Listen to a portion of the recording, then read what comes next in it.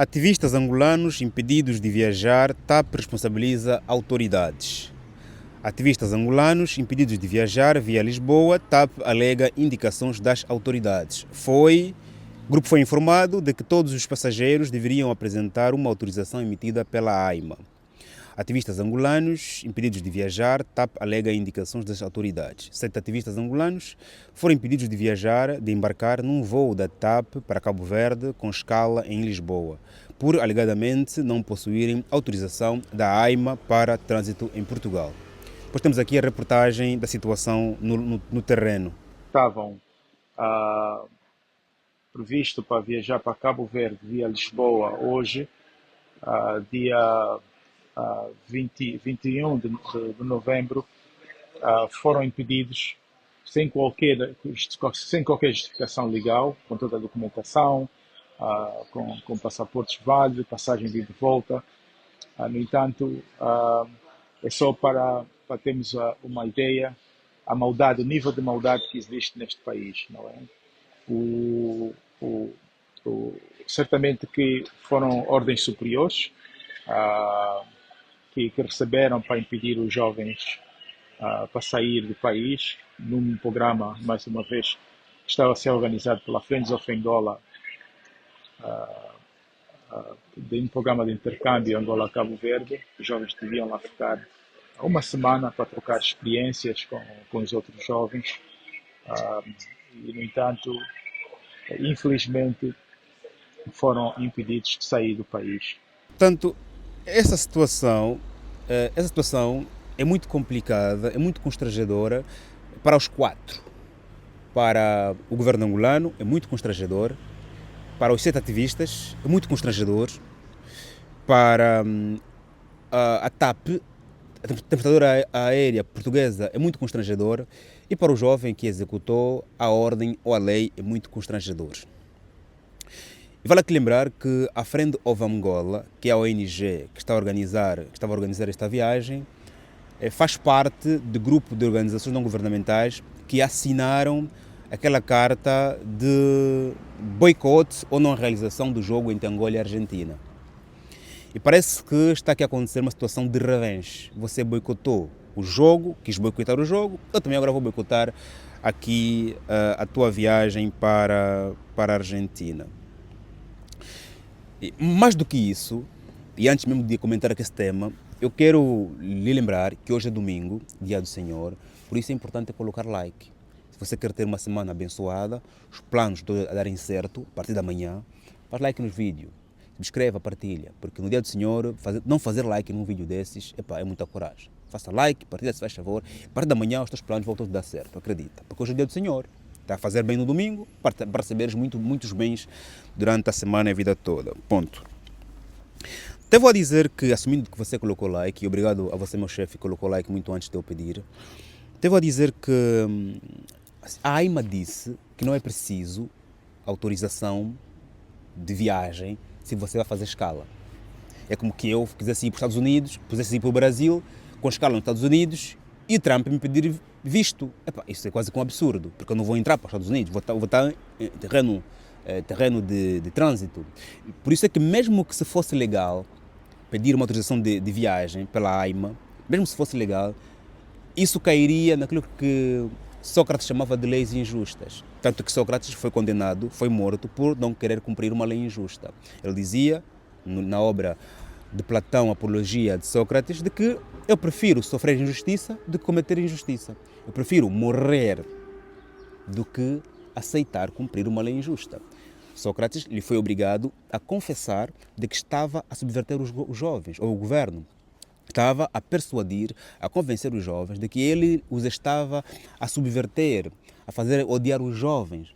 Quando Sócrates dizia que não, eu só estava nas praças a pregar filosofia, e durante a filosofia eu despertava os jovens sobre a moralidade na política. Eu não estou a subverter nenhum governo, não estou a subverter nenhum jovens, razão pela qual eu não vou confessar, porque confessando eu estaria a ser injusto comigo mesmo.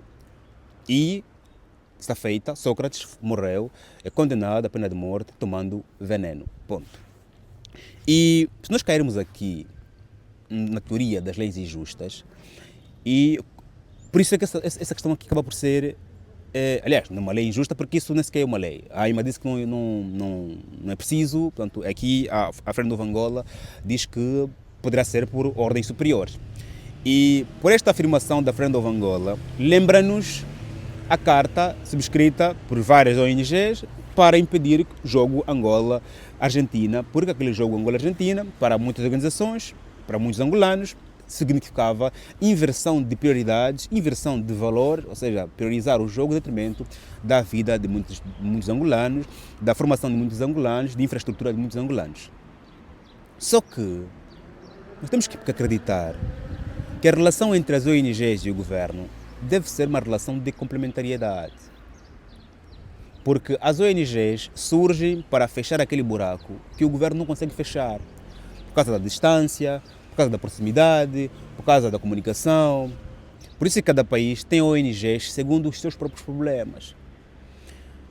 Alguns países mais desenvolvidos, as ONGs estão voltadas para a defesa do ambiente, direito dos animais, direito das galinhas, direito, sei lá, algumas leis que para nós até parecem engraçadas. Quando as nossas ONGs estão voltadas ao direito às liberdades, direitos humanos, direito à comida, direito à alimentação, direito ao voto, direito à liberdade política. Cada povo, cada Estado, cada governo tem ONGs segundo os seus problemas. Mas mesmo assim, a relação deve ser de complementariedade, porque o governo não consegue chegar em todos os cantos, o governo não consegue observar todas as irregularidades, todas as maldades, todas as imperfeições. Por isso é que, até no nosso país, Angola, existem ONGs que são de...